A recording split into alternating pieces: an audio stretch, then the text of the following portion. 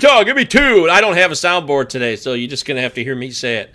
This is the Palazzo Podcast. It's a Prospects Power Half Hour. We're continuing forth on our series, which we've done quite a few of, all available in our back catalog on YouTube and your preferred podcast platform, where we cover 2 different teams from the same divisions in terms of region, but not in literal same divisions. One from the National League, one from the American League. And today we're doing the Pirates and the Guardians. See, one from the NL Central, one from the AL Central. And Ben has continued to reach out and connect with so many wonderful people who know a lot about prospects and dynasty baseball. And this is just another in a long line of experts. It's Shelly V. Shelly Verougstrate is joining us live. She is first rate, Shelly. She's the best of the biz when it comes to dynasty. She's got a lot of respect and clout. What's it like having the clout you do? I don't have any clout. What are you talking about? I don't know. So I don't know what it feels like to have clout. Yeah, I don't either. If that means anything, I've heard it's cool though. Maybe one day. Yeah, maybe one day. But you do know a thing or two about dynasty baseball. Just a little bit. Always modest. Do you remember that time we met in the elevator? That was the first time I met you in real life. Yes, I do. Yeah. How was that hike that day? Was it a good hike? It was. Yes, it's outside of all the baseball talk. Going out to Arizona to hike for like 2.5 hours by myself or with my husband if I bring him along is really, really nice, really calming, soothing, delightful. I agree. I've not done that. Ben, Arizona hiking. Is that something you're familiar with?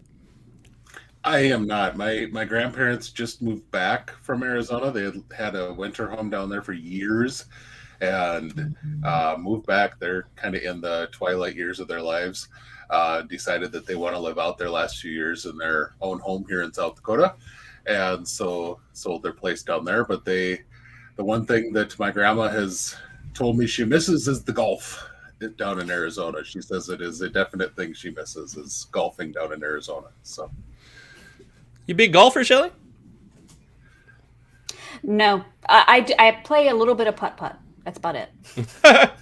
Yeah, I retired from the game of golf in 2011. I was very upset with it. It really brought out the worst in me, and I stepped away, and I've not returned in almost 12 years now. It's cheaper for me. I don't have to pay money to go outside. That's nice. Yeah. I don't have to rage out because I can't hit, a 6-iron 150 yards. Or hit it straight. I'm just not very good at that stuff, so that's why golf sucks. Anthony's here. He says, MJ Govier clap. Thank you. I'm late. Yay! Anthony's always late. Of course you are, buddy. That's why we love you. We're going to start with the Pirates first here on today's episode of the Prospects Power Half Hour. We want to focus on our top 3, and then we'll go into the next big 3. That's usually how we run this operation. So we defer to the guest. Shelly, you're up first. We talk Pittsburgh Pirates. As you see it today on February 24th, a Friday, who are the top 3 prospects in Pittsburgh? In my opinion, I think that the top 3 prospects in Pittsburgh are Andy Rodriguez, a catcher. We'll probably see him this year. Tamara Johnson, their first round pick from last summer. And then Luis Ortiz, if you still count him as a prospect. That's the best part about doing this show. Whatever you decide, it's your list. So what's the point? Is it an innings point where you'd be like, okay, to me, he's a big leaguer because he's had a certain amount of innings? Yeah, I mean, technically he still is a prospect, but then some people is just like, I just want people who haven't played in the major leagues yet out their prospects. So I didn't know how y'all kind of did it, but I'm just like, he's a prospect to me. So I'm going to put him on my list because I think he's got some really nasty stuff. Yeah, I love Ortiz big time. Ben, you have a threesome that matches hers, or is there any variation with your top 3? We got 2 of the same 3. Andy and Termar are my top 2. I think that's you're going to find that pretty much universal across, I think, most everybody's list in this system. And even though he struggled a bit, I still have Henry Davis as their number 3. And just because, the raw talent, you just kind of right now still have to put it there, but the number 1 overall pick, and he's still got the raw ability. He's just got to eventually show it for a full season. You see it in spits and verts and whatever you want to call it, but it's never come through even for multiple weeks in a row. You might even see it for one series, which anymore in the minors, that's a whole week. But you might see it for 1 week out of him, but that's it. And then it's like the next week he forgets to do everything that he just did. I don't know why, but it's there. And, Louisville catchers have a history of doing quite well. I mean, it's just that they seem to do that when they go to the Dodgers. I don't know why, but they don't seem to do that for the Pirates, I guess. So. Yeah. Will Smith, he's pretty good. All right. That's the 3 for each of you. Shelly, now that you've revealed the first 3, who are the next big 3 in the Pittsburgh Pirates organization today? I'm going to go a little bit off the board with these. The first 2. I'm going to go with Bubba Chandler. I just really like what I saw for him. Maybe this is a tad bit high, but I don't know. I just really like him. And then Quinn Priester. I liked what he showed this year. He didn't do so well in the Arizona Fog League, but he's still young, and I still think that he's going to be a reliable 2, 3, number 4 type pitcher. And then I had Henry Davis as my 6th. Just everything that I've seen this year from him, and then the previous year, I need to see it. Just like Ben said, I need to see it more than just a little bit here and there. He needs to move off the plate some and stop getting hit so he can have those repetitive reps. He just keeps missing time and then doing something crazy and doing all this stuff. So I just have him just down just a little bit further until he actually shows me why he was that first round pick. Okay, well, I like that you're coming up with your own ideas, first off. Me and Ben talk a lot about the groupthink and the pipelines that all become so standardized across so many lists. There's a little bit of variation, but throwing Bubba Chandler in your next big 3 is what this show is all about. Give us something different. Give us a fresh take, not just to be contrarian, but because you believe in what you saw from Bubba. And it was just, you saw the tremendous growth from him, or is there other things that put him above other players in the list where you say, Bubba Chandler's a guy I got to keep here in the top 6 because of a ceiling? Or what is it for you? It was just really just like the growth that he showed this year. And while maybe I am just like a tad bit high, maybe I shouldn't have had him this high. Maybe I just liked him, and he overperformed in what I thought that he was going to do this year. So that's just like, I just have to, say, go Bubba, go. So that's kind of how I feel about him. All right, Benny. Disagreements? So, yeah, no. In fact, I got Priester and Chandler both in my next 3, and I gotta say, Chandler's one of those guys that he's a 2-way guy, and it's really fun to watch him hit. I don't know if he's a legit long-term hitter. If he is, he's probably a DH because his defense is kind of ugly, and frankly, offensively, he's a see ball, hit ball type of a hitter. But when he hits the ball, it goes far. It's really fun to watch him when he connects because he has raw power that is really, really impressive. But my third guy I put on here is Anthony Solimento. And he's a lefty, and I really dislike the fact that BA came out with their top 30s here recently because their little summary thing brought out a comparison that I was going to mention here, and then we ended up not doing last week's show. They came out with their top 30s this week, and it's a comparison that I wanted to bring up, and it's in their stinking write-up. But Madison Bumgarner is the name. When I watch him pitch, Solimento looks, just because, I brought this up on the show. When you get to that 6'5", 6'6", taller, and especially guys who are that height and have a lot of arm and leg, there's a point of if you can time it all together and you have arms and legs, it can really throw a hitter off. And he is a guy who does that. He doesn't have holy crap 98. He doesn't have a slider that just blows you away. But he has these arms and legs all over the place. And he has them all synced. And he repeats it every single time. And one of the things, I was listening to an interview with Quinn Priester about who's the smartest guy you've worked with. And he said in camp, and he mentioned Anthony Solometto. He says, this kid, if you taught him a slider grip, tomorrow he's going to be throwing the best version of that slider in camp.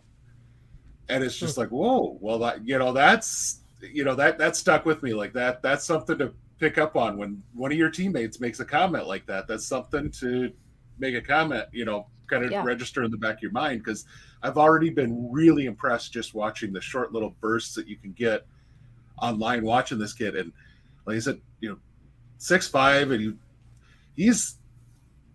I really, really liked him coming out of high school. I think that there's a lot there. It's a matter of, the thing that scares me is we're talking about 1, 2, 3 pitchers in, for me, in their next big 3 in an organization that has really struggled to develop high school pitching. Yep. And that is one of the big things is, gosh darn it, can the Pirates please develop a high school pitcher and get him to the majors and have him succeed? Because that's what makes it really hard to believe in some of these guys. But otherwise, talent-wise, and you watch him, he's got the stuff that he could be a very successful mid-rotation type of guy from the left side. Okay, so your next 3, repeat that for me, Ben, who the next 3 were, just to encapsulate that section. Priester, Bubba Chandler, Quinn Priester, Bubba Chandler, and then Anthony Solometto. Okay, that's what I thought. I wanted to show this real quick because we know Eric does work over at Fangraphs. He doesn't have all his up-to-date team list yet either, but he did do the Pirates, so this is new. And this is how he sees the top of the Pirates organization. He does have Solometto down at 20. He's on the list, and has Bubba Chandler at number 8. So just for comparison, we'd like to share and look at what other people think as well. Any thoughts on this when you look at this list real quick? Shelly, no disagreements, I would think, or maybe you would be like, I don't think so. Who am I to critique Eric's list? But I really do like Eric Burrers there at 7. He had a really, really good season. And, we could see him this year, but with the Pirates signing like so many veterans, we might not see him, but that's a pretty good, hat tip to his season, putting him at number 7. Yeah. Jimmy loves Shelly V. Shout out to Shelly. And I love Piguero, but I have a feeling he's going to end up like a former organizational mate of his, Gerardo. Oh my gosh, Gerardo Perdomo. Yes, I just tripped all over his name. But where the offensive stuff looked really good in the minors, but his defense was so good, he moved so fast that he's going to end up in the majors before the offense has had a chance to really develop enough. Yeah. Because Piguero is defensively is there. He's a middle infielder defensively right now in the major leagues, but he definitely needs some more cooking in the minor leagues to get the bat there. Yep. And yeah, he needs some time, and I don't know that the Pirates can afford that. Frankly, they kind of need anybody who can catch a ball to be up in the major leagues to make sure that their pitching has all the defense behind it that they can afford. And so, oh, well, hey, that does happen. That's part of the game too. I hear defense matters. Yeah, it does. Right? It does. It depends on which team you're talking about, what they think about that. Yeah, but cheap defense for the Pirates does matter. So that is true. Now, speaking of cooking, you guys know Shelly loves to bake. She's an excellent baker from what I hear. I've never tried your products, but I've heard good things. Yes. I that's one of my favorite things to do, baking. Yeah. See? Dogs, baking, baseball, good times. I like all those things. I could have a great day if I got to eat some delicious pastries, throw the ball around with the dog, and watch some baseball. Ball. I would enjoy that. That would be fun for me. It'd be a good day. Yeah. It is a good day. It's a good day because I didn't have to eat out of a dumpster as well. I often say that. If you don't have to eat out of a dumpster, it is a good day, folks. Remember that. All right. Not that I have. I've come close, but not quite. And if you have to, hey, you got to do what you got to do. I get it. no judgment. All right, let's dive into the Guardians next. The Cleveland Guardians are now the team of record in Cleveland. The name of the past is gone, along with the mascot, the racist mascot that no longer exists. So this is progress. Although I don't love the Guardians name. It's kind of blah, but I mean, I'll take the change for now, and we'll see if they can improve upon the logos and the fun with the different varieties you can have with alternate stuff, alternate uniforms. There's a lot they can play with, so I'm not really worried about that.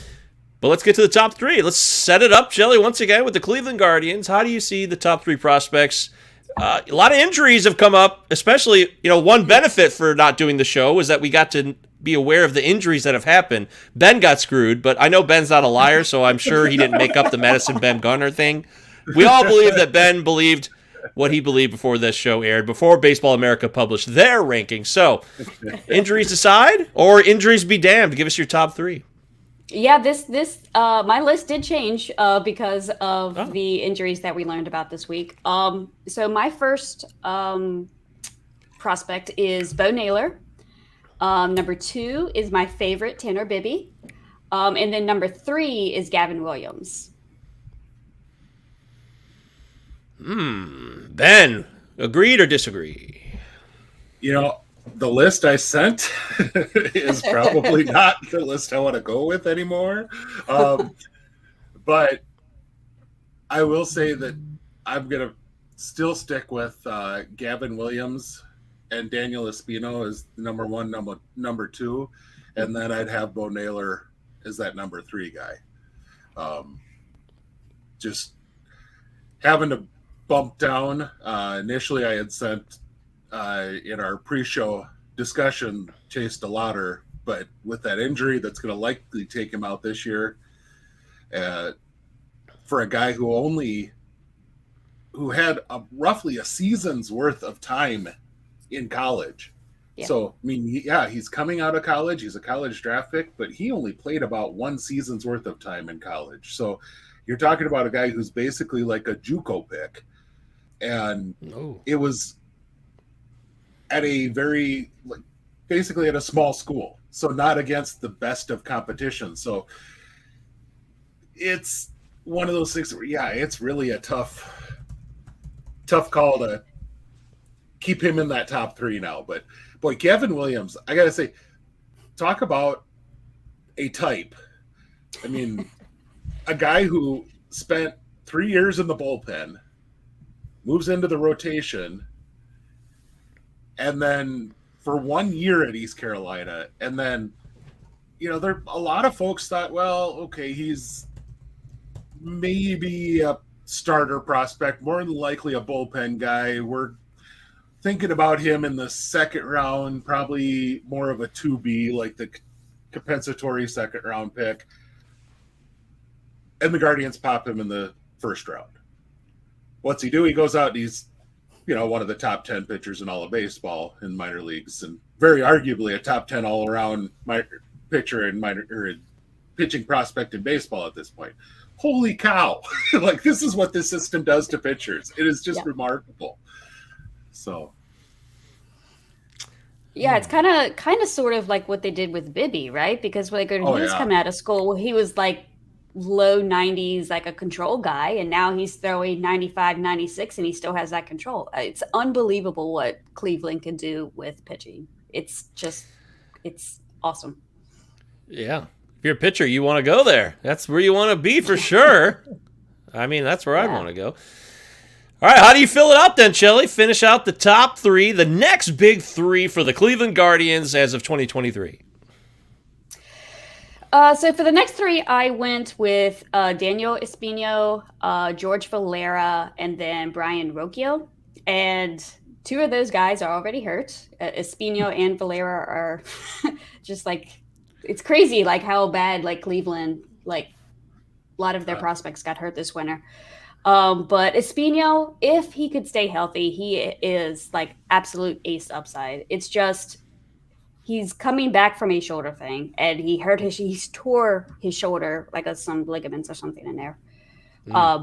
Again. So it's just I'm afraid that, if he can come back, it might just have to be out of the bullpen because it just doesn't seem like it's going to work, which really stinks because, just watching him, he just dominates like every time he's on the mound. And then, go ahead. No, I was just going to say that Valera seems like he's been around for a million years to me, but he's still only 22 years old. So. Yeah, it's crazy. I thought that he had a chance to maybe come up like earlier this year, but with his injury, he's probably going to be maybe not until August, September, something like that. So here's something for you, Shelly. I went back. I was doing a thing, just curiosity. This last year, like 3 guys in all of minor league baseball struck out 40% of guys. So I was like, oh, well, I'm curious. What's highest strikeout rate over the last 2 years? And it turned out just like one qualified pitcher had still struck out 40%. Oh, okay. So I went back, and if you go back 4 years, so that brings in 2019, and just that ends up being the last full season that Daniel Espino had, and you bring in all of that time, Daniel Espino is the only guy who has above a 37% strikeout rate, and he is over 40. That is crazy. Just to show how dominant he was when he was on the mound and healthy. He is at over a 40% strikeout rate, and nobody else is above a 37% rate as a qualified pitcher over the last 4 years, and he has been that dominant when he has been on the mound and healthy. So, wow. Do you think that he is still going to be able to make it as a starter, or? I don't, what I guess what I have envisioned a little bit is maybe he can go the route of a Spencer Strider and focus on a 2-pitch. And I don't know if that would do any less stress on his arm. Mm-hmm. Just because it's hard on the arm to throw any 2 pitches as hard as he does. But for sure, if he can do, just focus on 2, and that could be very good for him. But they've got to be elite. And granted, his fastball slider is pretty darn elite. Heck yeah. But is it at the same level of elite as what Strider is? Strider throws that stinking fastball like 2/3 of the time, and still nobody hits it. So, I don't know. Can you even? That's such a rarity of a guy that can do that. Guys like Randy Johnson could do 2 pitches. Spencer Strider could do 2 pitches. Yes, certain guys can start with 2 pitches, but it's such a rarity thing. I almost think he's probably best suited to move into a multi-inning role. And there's a lot of money to be made as a multi-inning guy with that kind of stuff. So, yeah. Shelly, we had a question here from Anthony. Do you think Rocky will be up this year? With Cleveland, I have no idea because their type, other than just making pitchers like 10 times better than when they first draft them, is they really like young, up the middle players. And there is just a boatload of players that while I think that he probably could stick it, in the majors, I just don't know if Cleveland's really going to do that because they have so many other guys ahead of them. And I just think that they're going to try to weed through that before they bring up Rocchio. They're already moving guys like Tyler Freeman. They're moving other good shortstop, second baseman types to other positions to give them run just to get them on the field. It tells you a lot about the glut of middle infielders they have. Yeah. So, and frankly, Andres Jimenez and why am I blanking on his name?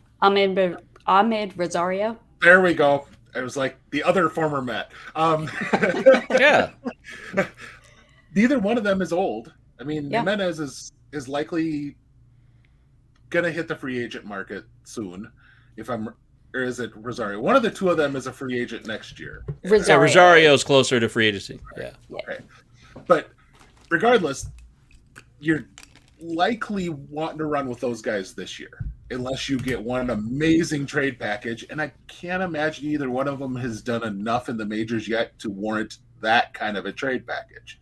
So you're probably holding on to them through the season unless they just go bonkers in the first half, your team doesn't, and you get some kind of amazing trade package mid-season. Then you might see some of those middle infielders come up. But I just don't see that in Cleveland, and especially in the Central. I mean, they're going to have a chance to compete in the Central no matter how bad they play, pretty much. So it's just where it is. That's true. So, oh, poor AL Central. This is Eric again, Fangraphs, and what Cleveland thinks, or what he thinks of Cleveland in their system. This is his top 30, also updated for 2023. And Chase DeLauter's been bumped down to 9, of course, with the injury. And ETA, by the way, like you guys were talking about, him being a junior college player almost essentially, 2027, according to Eric. So this is pretty much along the lines of Logan Allen hits number 4. Did either Shelly, Logan Allen, Logan T. Allen, Logan W. Allen? I can't remember. There's a lot of Logan Allens. So Yeah, I mean, I think he's okay, but I don't know. Give me the wipeout stuff of Bibby and Williams over him. So that would be, according to this question here, in the next 5 years, do we see Gavin Williams being an ace? Shelly, do you think that's absolutely real? Do you think it's even closer than 5 years? I mean, I think there is a possibility. And I mean, again, he's just like really good. So yeah, probably. I mean, it's Cleveland, it's pitching. He's got really nasty stuff. Probably, yeah. I mean, and see, I have my next 3. When I had to adjust this, I had Bibby, and then I threw in another guy who has a very similar profile to what Bibby came in with that they drafted this year, and that's Justin Campbell coming out of Oklahoma State. A lot of very flat, nothing plus, but nothing below average. A lot of 50-55s across his pitch mix. But that's the type of guy that Cleveland's going to take and turn into just a stud. Yep. And then, of course, the last guy, and I think Chad's about ready to burst wanting everyone to talk about him, and that's actually the last guy I had on my next 3, and that's Jason Churio. And hype-wise, a lot of people have jumped on Churio just because his brother went nuts this year. But he is not Jackson. He is, in fact, very little like his brother physically. It's a lot like people who expected, Luis Acuna to be just like Ronald. They're very different physically. Jason is a guy who's likely going to profile in right field if he's on the field. But he's 6'2", and he's already filled out a lot. But he has tremendous plate discipline, and he can crush the crap out of a baseball. He's very likely going to be an Adam Dunn type of a profile. He's going to hit the crap out of a baseball. He's going to walk a ton. There's some question how well he handles. Right now, he spits on a lot of breaking stuff, but it was DSL breaking stuff. So let's see how he handles that once he gets to full season ball. But he has a whole lot of raw power, but he's nowhere near the athlete that his brother is. His brother is a legit center field type of athlete and a 20-plus steal type of guy. That's not who Jason is. But he's a legit power guy, and Cleveland has been trying to produce a guy like that for a long time. Look at their lineup right now. I mean, they would love somebody to hit 20 home runs that's not Jose Ramirez. I mean, that's just, they can't get it. They need somebody around him in the lineup, and they just can't do it.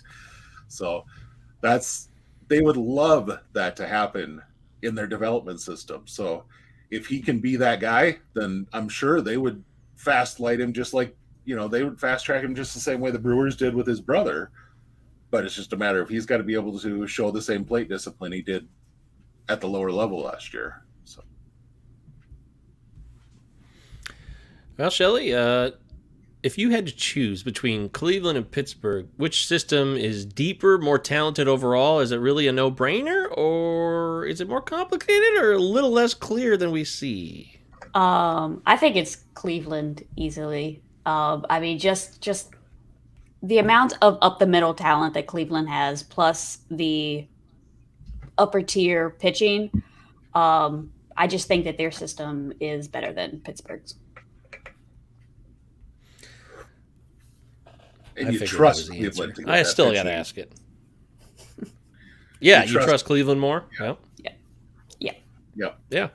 That's fair. I mean, your reputation is earned on the results, and it's about results. And Pittsburgh is still coming out of the disaster era that we've had so much. I mean, remember last year on Twitter, we had the whole blow up from one of the former, I can't remember which prospect it was. He was a former prospect in the Pittsburgh system. Newman. He talked about how. Wasn't it Kevin Newman? That's right. Yes. Yeah. Was it Kevin Newman? Yeah. Oh, wow. I think that's who. Well, there's another guy too. There was a couple episodes there talking about the previous regime in Pittsburgh and how they just gave up on people, didn't provide them the support they needed. It was a real disaster, right, Shelly? So until they prove otherwise, it's not going to change. Exactly. Okay. Yeah. All right. Well, hey, that's what we call the Palazzo Podcast, Prospects Power Half Hour. Yeah. It's always nice when we keep things a little more timely. Sometimes we fail, but sometimes we nail it. And I want to thank everybody who killed it in the live chat here. A lot of positive interaction. Chad said, Cleveland absolutely cleaned house in the international markets the last several years, and that is just not the Pirates game. Yeah. Anthony says, I think Drew Jones and Eddie Rodriguez is talent Cleveland doesn't have, but the pitching is so good that the Pirates don't have that. So there you go. People have spoken. Oh, Sound Money on Twitch also said, could Baby Churio, be the next Delman Young? Oh, man. I hope not. Dimitri over here is like, what the? Like, why are you ripping on him? Like, like he's supposed to be my baby bro again? What's sucked about Delman Young, though, is that he had that late life suddenly where he was a legit major leaguer for a couple seasons with the Tigers. He showed some life, and then he went to the Orioles, and then he screwed my Tigers in the playoffs in the 2014 wild card, or the ALDS. I was surprised. I'm like, I can't believe all the people that burned us here. It was Delman Young. But it happens. But Delman Young is what. And of course, that's true. This is the house that Delman built. The trade that with the Twins that they made to get Delman, they traded away Matt Garza and Jason Bartlett, and those were like two big pieces that ended up being part of the Rays team that ended up getting to the playoffs. Oh yeah, that's right. The 08 World Series team. Yeah. So yeah, and then Delman still is down in Australia. Oh, he does. Good for you, Delman Young. If you're out there, we wish you the best, buddy. Yeah, that was just the kind of the coup de grace, the closing of the chapter of the Tigers period from 06 to 14. But the year before was clearly much more painful when Torrey Hunter fell over the wall and the grand slam that was hit by David Ortiz against Joaquin Benoit. I think Shelly knows something about that. So. Yeah, just a little something, yeah. I might have a bobblehead of that, so yeah. God, that was their best chance. Anibal Sanchez was dominating the Red Sox in that game. Oh, he was so good. Oh, gosh. So sad. So close. At least you won I just want a World Series before I die. That's all I want. So, keep dreaming. All right, well, we thank Shelly for being here. Shelly Verougstrate. You follow her on Twitter at ShellyV_643. She is first rate. Of course, Big Gentle Ben on Twitter. MJ Govier. Palazzo Podcast, 2 L's, 2 Z's. No sounders today. Just a natural show with natural people. Shelly, baseball season is about to kick into high gear. Do you want to tell anybody about anything? Are you going to be on Potapalooza this weekend? No, I'm actually going to be on the Baseball America Fantasy Summit on Saturday. Oh, yeah. Wow. So yeah, nice. So I couldn't commit to Justin because I'm like, when he was asking, I'm like, I don't know when I'm supposed to be on Saturday, so I couldn't commit. So, but I will be watching when I'm not. Yeah. But you'll keep an eye on things for us, right? You'll let us know if we suck? Yes, I will. Okay, good. Well, yeah, that's right. Well, that's kind of a bummer that the Fantasy Summit and Potapalooza happened on the same weekend. I mean, we got these events that are rare. It's unfortunate. What can you do? But I'm glad that you're going to be a part of it. I'll definitely check out that. I wanted to see what it was all about because Baseball America was trying to up their game from a fantasy perspective. I think that's cool. And I will be on a Potapalooza panel, 7 p.m. Saturday night with Baseball Pods, Chris, Dave McDonald from Rotosaurus, and Justin, of course. And we're going to talk about what makes a podcast entertaining, or what's the future of baseball podcasting. I don't know. I'm sure there'll be an agenda, and then we'll all talk about all kinds of random stuff for a half hour. But either way, check out Potapalooza this weekend. It's a fundraiser for a baseball charity that Justin has selected, and they'll be giving away prizes and all that stuff. And definitely check out the Baseball America Fantasy Summit this weekend with Shelly and Rob DiPietro and a bunch of other luminaries. Jeff Ponce, who was on here recently, is at Baseball America. Go check it out. Should be a good time. And I think that's it. Shelly, thank you for being here. Thanks for having me. It was great talking with you guys. Yeah. Ben, enjoy the snow that you're digging out of still. Unbelievable. The pictures he has in our Palazzo Discord, they're incredible. I mean, you see pictures sometimes on news you'll see B-roll of crazy snow. Like, he lives in that world. It really is that crazy. It's mountains of snow. It's amazing. It's incredible. But we wish you all the best. Yeah. So everybody be well. Have a great weekend. And we wish you all a wonderful baseball